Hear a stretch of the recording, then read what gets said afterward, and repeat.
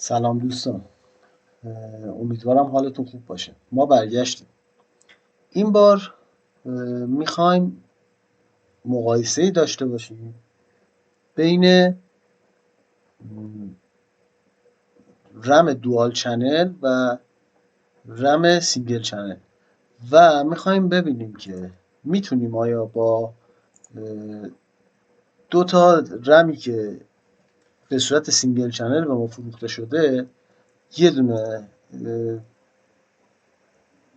سیستم دوال چنل داشته باشیم یا نه. خب برای این کار من برنامه CPU-Z رو ران میکنم.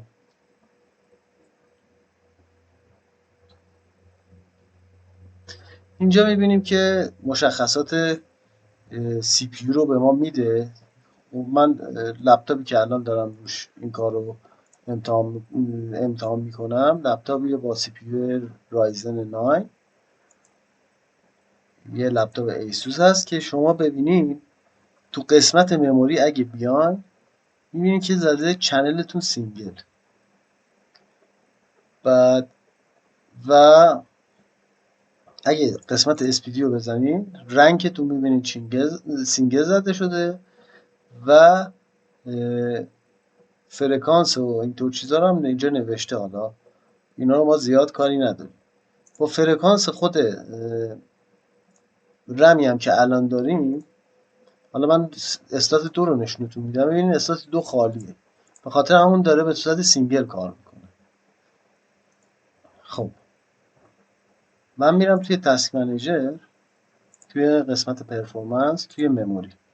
اگه اینجا رو که من موسم رو دارم تکون میدم نگاه بکنید، اومده اسپید رمم 3200 مگاهرتز زده. اینجا هم البته قابل دیدنه. خب ما میخوایم چیکار بکنیم؟ ما میخوایم یه رم سینگل چنل دیگه بندازیم کنارش که من اینجا یه رم کروشیال 32 گیگابایت دارم و میخوایم ببینیم که فقط باس این رم با باس اون یکیه، ولی فروشنده این رم سامسونگ بوده و فروشنده رمی که من میخوام روش بندازم کروشیاله. میخوایم ببینیم که با دو تا رم سینگل میتونیم یه سیستم دوال چنل داشته باشیم یا نه. خب من سیستم خاموش میکنم و میریم سراغ ضبط کردن قسمت عوض کردن رم و امتحان دوبارش. خب الان میبینیم که این لپتاپ رو باز کردیم و میبینیم که فقط یک اسلاتش، همونجوری که تو نرم افزارم نشون دادم، یک اسلاتش فقط رم داره. ما میخوایم که اسلات دیگر رو با یه رمی که مشخصاتش هم متفاوته با این رم، فقط تنها چیزی که مشابه این دوتا بین این دوتا چیزه باس رمشونه که 3200.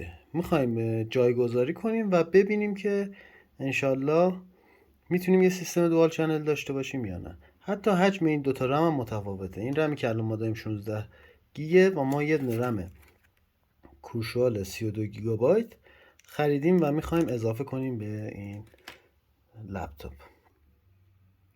خب ما این رم رو اضافه کردیم بهش و اینطوری که میبینین الان باید بریم سیستم رو امتحان بکنیم. خب ما دیدیم که رفتیم رم رو اضافه کردیم، یه رم اضافه کردیم به سیستممون. الان میایم تو پرفورمنس ببینیم که 64 گیگ یه رم 16 داریم و یه رم 32 گیگ با هم میشن 48 گیگ و الان ببینید دیگه هر دو تا اسلات پره و دوباره فرکانسمون 3200. حالا دوباره نرم افزار CPU-Z رو باز میکنیم، میخوایم ببینیم که آیا دوال چنل کار میکنه سیستممون یا نه. نگاه بکنیم، میریم تو قسمت مموری، بله میبینیم چنل دواله. الان این سیستم داره به صورت دوال چنل کار میکنه. حالا اسپیدی رو که بزنیم میبینیم که